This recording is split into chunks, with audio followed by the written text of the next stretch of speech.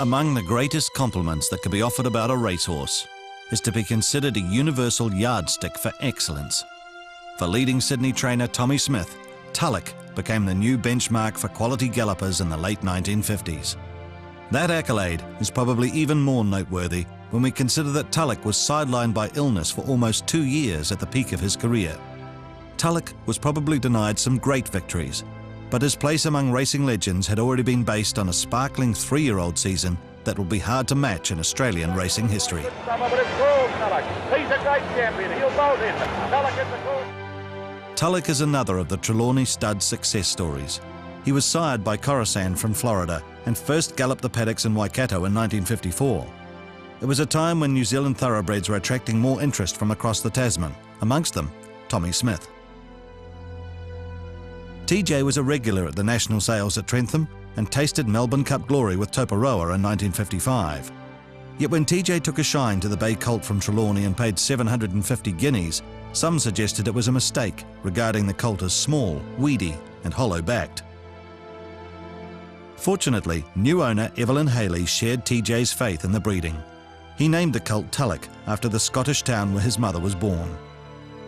Under TJ's guidance, Tulloch was a star performer as a 2-year-old. But even TJ was probably stunned by Tulloch's record-breaking 3-year-old season. He won 14 of his 16 races that year. They included the first Derby Slam. The AJC Derby at Randwick was an indicator of the glory that lay ahead. By the time Tulloch arrived at Caulfield in October, he was everyone's favourite for the Cup. Passes in easily. With a glorious burst of speed, Tulloch quickly establishes a winning margin. Tulloch's time for the 12-furlong journey shatters a 22-year-old record and is the second fastest time ever in the world for the distance. The comparisons were already being made with the ultimate measure for greatness, Far Lap. The Caulfield Cup win was a world record, and Tulloch's earlier AJC Derby win had been 2 seconds faster than Far Lap's victory. The checkbooks were being opened in the United States, but the immediate interest for everyone else was the Melbourne Cup, and by how much Tulloch would win. That's when Evelyn Haley dropped his bombshell. Tulloch's owner said 2 miles carrying 8 stone 4 pounds was too far for a horse that had just turned 3. He believed it would ruin Tulloch. Haley stood firm despite TJ's urgings and a public outcry. Victory for Tulloch in the VRC Derby confirmed what race fans knew, that Tulloch would have won the Melbourne Cup if allowed to run. The horse that finished second in the Cup by a neck was more than 8 lengths behind Tulloch in the VRC Derby.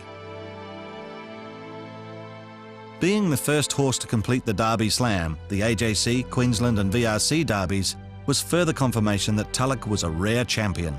More wins followed in Sydney and Queensland, and the stakes earnings went past £66,000.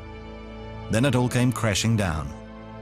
A mysterious, life-threatening illness was to rob the champion and racing public of almost 2 years, as Tulloch battled recurring infections and weight loss.